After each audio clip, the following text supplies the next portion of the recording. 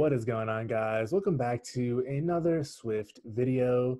In today's video, we're going to learn how to build a side menu in SwiftUI from scratch. So here's the app we're going to build. We hit this button, we get this cool side menu opening up. Right now, nothing actually happens when we tap on it, but of course, we'll learn how to hook it up to an event, since that's kind of the point. You can also tap on the background blur, and it'll close it just like that with a really nice animation. And of course, it looks really nice in both light mode and dark mode. So we'll take a look at putting this together, holding state, all that good stuff. If that sounds good to you, make sure you start by destroying the like button down below. If you're new to the channel, welcome. If you're into iOS and Swift, consider hitting subscribe to stick along. And if you've been watching these videos and you enjoy them, I think a lot of you actually watch and don't hit subscribe for some reason. So definitely hit subscribe if you're into it so we can grow the channel together. That all said and to the side, let's get into building out this side menu in SwiftUI. Quick pause before the video. This video is brought to you by iOSacademy.io.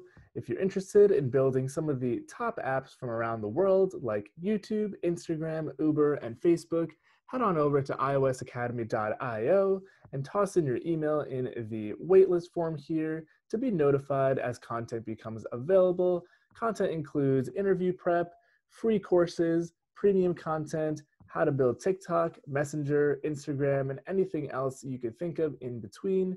That said, let's get into the video. All right, we're going to get started by opening up Xcode and creating a new project here.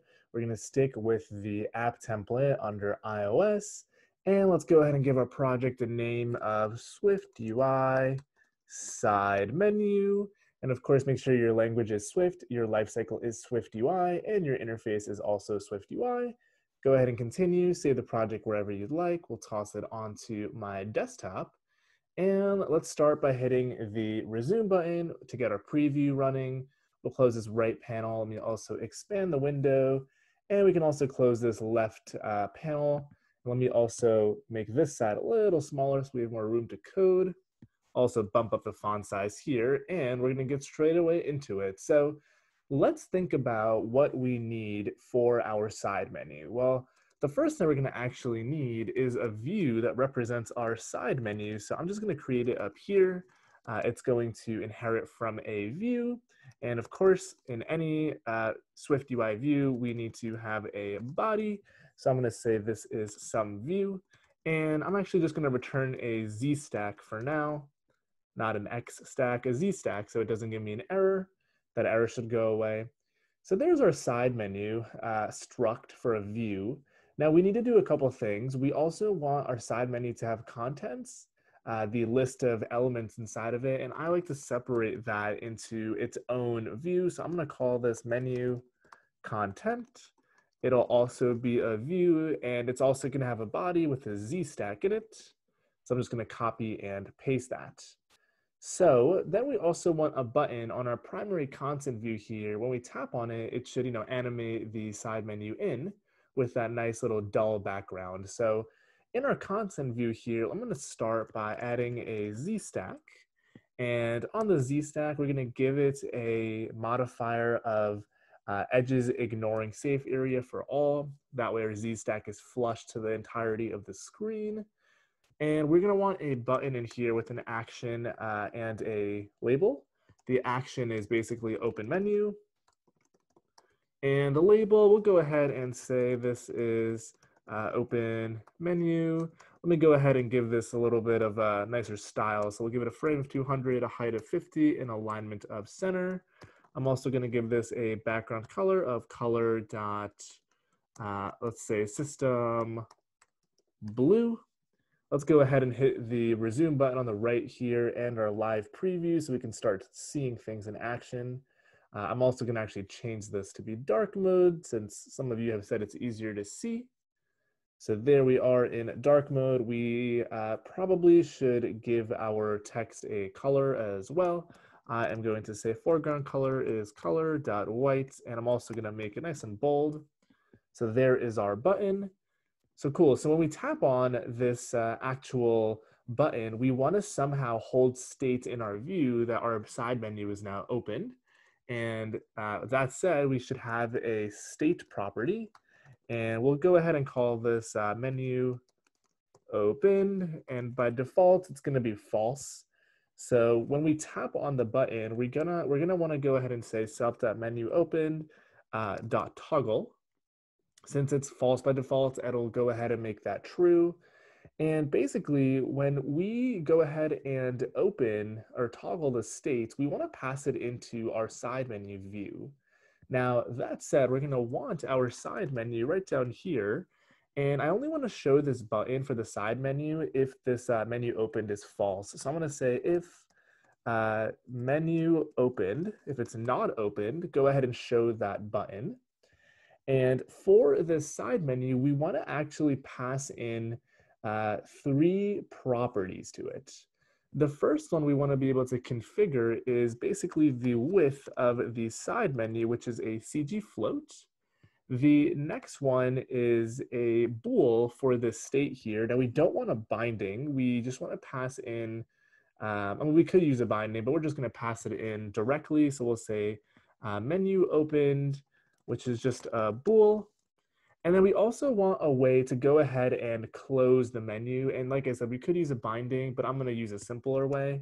And this will be toggle menu. And what this is going to be is a closure returning void. And what I'll do here in the content view is we are going to just create this as a function. And what we're going to do in this function is just toggle the state property. So I'm going to say menu opened dot toggle. Now this guy's given us an error now because we haven't passed in those parameters. So let's go ahead and give it a width of 370, which I kind of just made up. You guys can give it whatever you want, of course. This is menu opened, and this is that closure. So we'll say toggle menu. Go ahead and hit resume on the right and make sure you don't have any build errors. We should be looking good. Right now, of course, nothing's going to happen when you tap on the button. So let's talk about building the actual side menu. So now we have a Z stack here, which is interesting. Why would we want a Z stack? And the reason is because we first want a dimmed background view, and then on top of that, we want a actual menu, and this will actually be the menu content, which is why we created it in a separate view struct up here. So let's do this dimmed background view so we can start seeing something when we tap on the button, and as well as have it animate. So I'm going to use a geometry reader here, and we're going to use it so we can actually get the particular size of the container view out. So in here, we're going to create an empty view. Now let's see, on this geometry reader, we want to apply a number of different modifiers. So the first one we're going to apply is a background, and this is going to be color dot, we want gray, and then we also want to give it an opacity. You can play with this number. I'm going to try 0.5. And let's actually make it red so we can see it better when we kind of tweak this. We're also going to want to give this an opacity modifier directly for the whole view. And what I'm going to go ahead and say here is if the menu is opened, then it's 1, otherwise it is 0. So basically, if the menu isn't opened, we're not going to show this dimmed out view. Let's see what else we want. We also want this to animate, so I'm going to give it an animation modifier.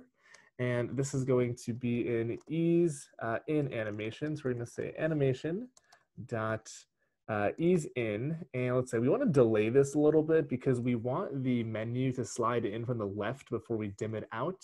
So I like using 0.25. You can tweak it as needed.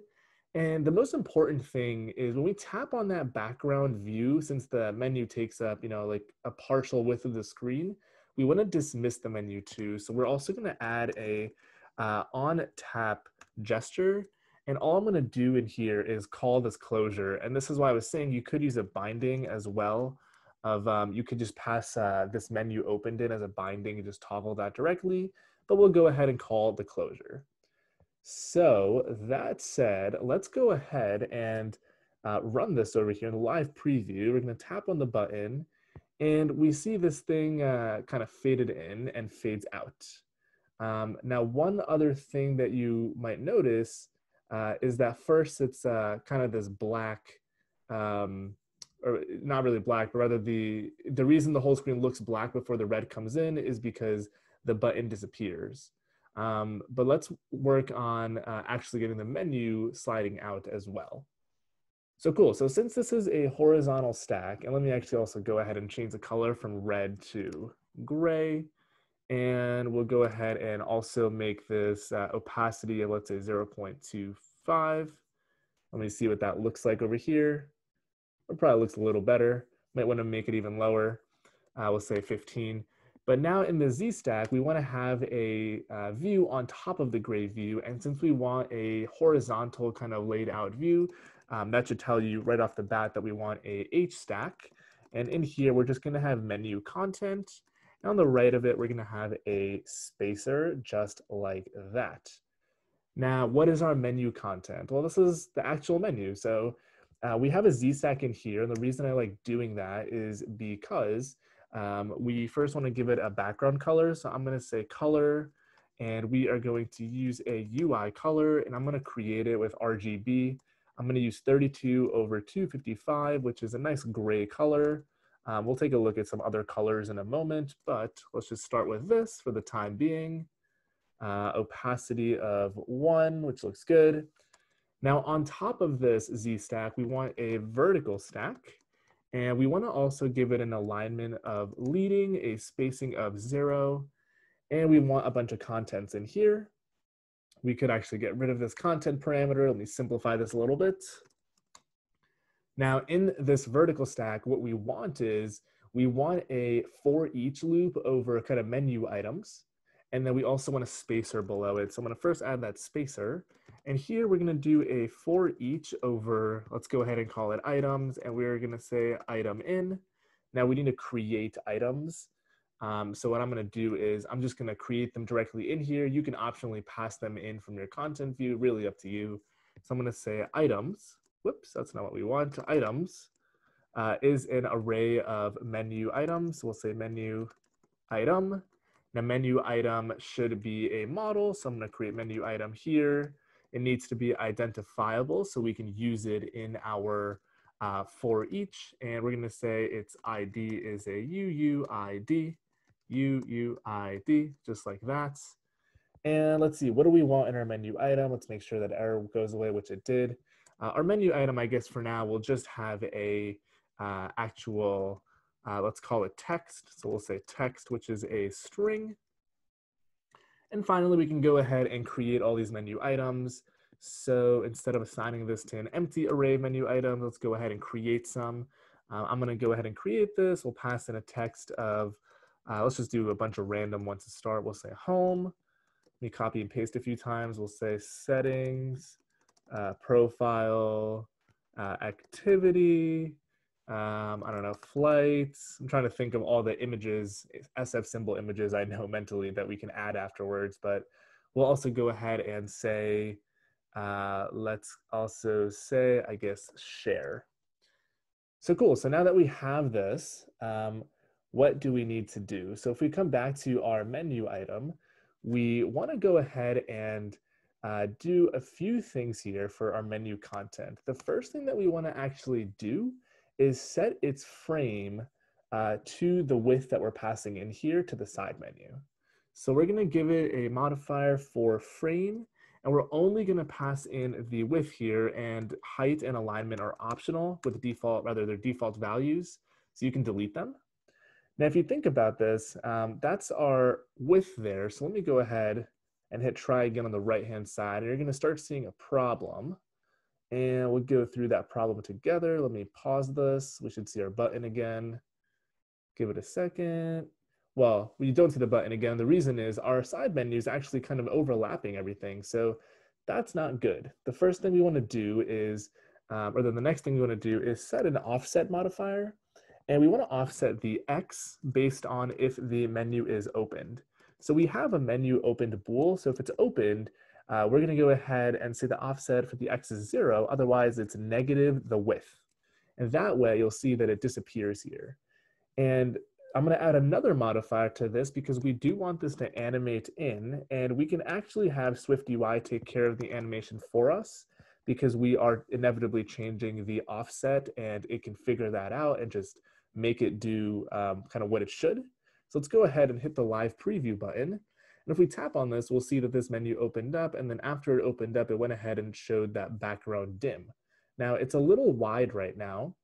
So what you could go ahead and do is simply lower this number. You could also get basically the UI screen bounds main dot bounds dot width, and you could just divide this by 2. This will be half the size of the screen. Let's go ahead and instead divide it by 1.8. So it's a little bigger than half the size of the screen. Let me go ahead and hit the live preview button one more time. And if we hit this, we'll see our menu is a little bigger than half the screen. Might be a little too small still. Let's try 1.6. That looks about right. So we have our actual background dim. We can tap on it, it closes it, looking pretty solid. Now we still don't have the actual elements in here, so let's go ahead and add those. And the way we're going to do that is pretty simple. We already have a for each loop in our vertical stack. Now the first thing we're going to want in this vertical stack for each of the elements is a horizontal stack. It's going to have a text, which is going to take item.text in it. We're going to go ahead and bold it. We are also going to say multi-line alignment is going to be leading. And let's see what that's looking like. Go ahead and hit pause on this and run again. Sometimes previews love to not do their job. And if it's giving you a hard time, hit Command B. Looks like it's not opening anymore. I don't think we have any errors. Let's hit resume over here one more time. And let's click on it again. And we now start seeing our elements up here, but clearly there's a blatant issue of they're not left aligned and they're underneath the notch. So we need to do a few things. And they're also kind of appearing in a weird fashion. So let's go ahead and take care of that. So we have our menu content here, and we're applying all these animations to just the menu content. We might want to actually apply it to the whole horizontal stack, but let's see. Kind of building this on the fly at this point. So the first thing we're going to do in our spacer is, rather in our H stack, is add a spacer to the right-hand side. That'll push the text element to the left. I'm also going to go ahead and add a padding modifier to each of the horizontal stacks, so we're nice and spaced out. I think this is looking a little better. We probably also want to bump up the font size for each of these. I'll stick with a system font of size perhaps 22. Maybe that's a little too big. Now that looks about correct. And now we're too close to the top there. So what I'm going to go ahead and do is we're also going to add a vertical padding to the V stack. So we're going to add padding for top, and I guess I'll stick with 15 and see how that looks. And I think it's looking a little better. We're actually still a little close to the notch, so we'll try 25. And I think that looks a little better. Let's see that one more time. Bear with our preview here. Okay, it's starting to look a lot better. So cool. Now we could also add a divider right below each of these horizontal stacks. Sometimes they don't actually show up in the preview, but also add it regardless. Let's see if it shows up. It actually does. Actually it does. It's very subtle, but we can see it there. So cool. There is our side menu, but let's take it a step further. So when you tap on each of these, we want to get the actual event out. So we kind of need that. It's slightly important.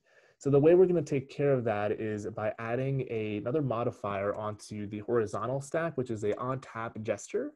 And what you could do in your actual menu items here is you can go ahead and create a handler, which is a closure. So I can say handler is a closure that takes in nothing and returns void. And I'm just going to assign it to something pretty simple right now for the sake of a demo, tapped item. But of course, you would pass this in when you create the actual models in a real world scenario, and it would do something different per different tap. So that's how that would work. Let's see that one more time. Now we're also going to add images like you saw in the very beginning here. Let's take a look at it in light mode for a second though, because I think we can do a little better than just dark mode. Let's make sure it's looking good in light mode as well. So there is light mode. We'll hit the live preview. We'll tap on this, and we see an issue already of the text color it's taking is the system color. So we're going to go ahead and give it an explicit text color of foreground, color.white, and that'll go ahead and fix that. Now that's all dependent on what your menu color scheme is. I like this color personally, but very subjective.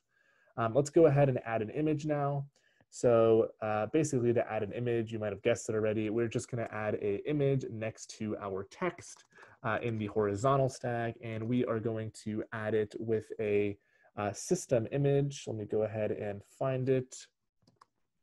Believe it is system name, but we should probably spell it correctly. That would probably help out quite a bit.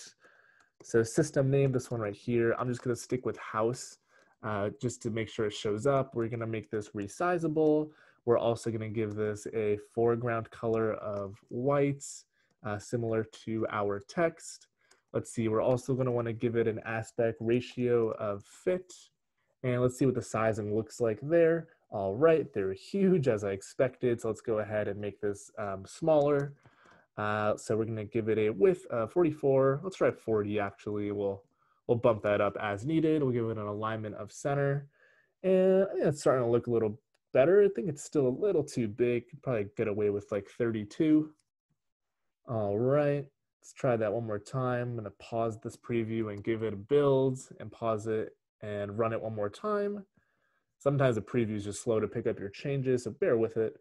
And I think that's looking pretty good. So you could add some padding to this image as well if you'd like. I kind of like it, so we'll stick with that. But let's go ahead and make this dynamic now. So I am going to grab that hard-coded name, and we're going to say item.image name. Now, of course, we need to add image name into our struct for each element, for each menu item, which will be a string. And finally, we'll put in image name right here, image name. First one will be house. And let's go ahead and copy and paste this so we can just tweak them all. And if you're not familiar with SF Symbols, I'm grabbing these images from SF Symbols, which is Apple's system icon library. So you can download this from developer.apple.com if it decides to open. There it is. There's a bunch of icons in here. We're gonna actually steal a couple and put them in our code right here. So share is gonna be that one I copied right there. Settings is a gear. Profile is going to be person.circle. Activity will be bell. And flights will be airplane. Let me just go ahead and move settings below share since that's probably a more appropriate order. And let's go ahead and hit try again in our preview on the right-hand side here. Let's make sure everything is looking good. So clearly it is not. Looks like our preview has crashed, which is not good. So let's hit Command B. Let's make sure we don't have any errors. And let's hit try again on the right one more time. We should not be crashing. There we go. So cool, let's try this. Let's open it up and boom, we have our different images for our different items and it's looking pretty good. And just to change the color so it matches what we had in the beginning of the video, this gray color is pretty like overly used. Everybody uses this. I like this nice dark blue color.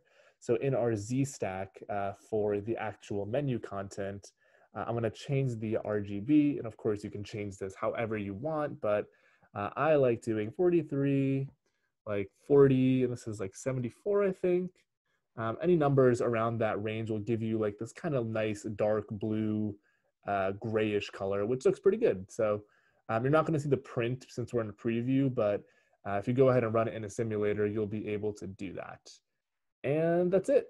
That's how you create a side menu in SwiftUI with, frankly, not a lot of code. It's pretty simple. You just need to hold state of if it's open or not. The animations are baked in. They look really nice. And if you enjoyed the video and haven't done so already, don't forget to drop a like down below. Helps out quite a bit, helps me make more videos for all of you. Of course, if you're new and have not subscribed, which I think something like 70% of you have not subscribed, please hit subscribe so we can grow the channel together so I can continue to make these videos. And don't hesitate to comment any questions, feedback, concerns, video suggestions. If you just want to say hi, I love hearing from you guys. Thanks again for watching. I'll see you on the next one.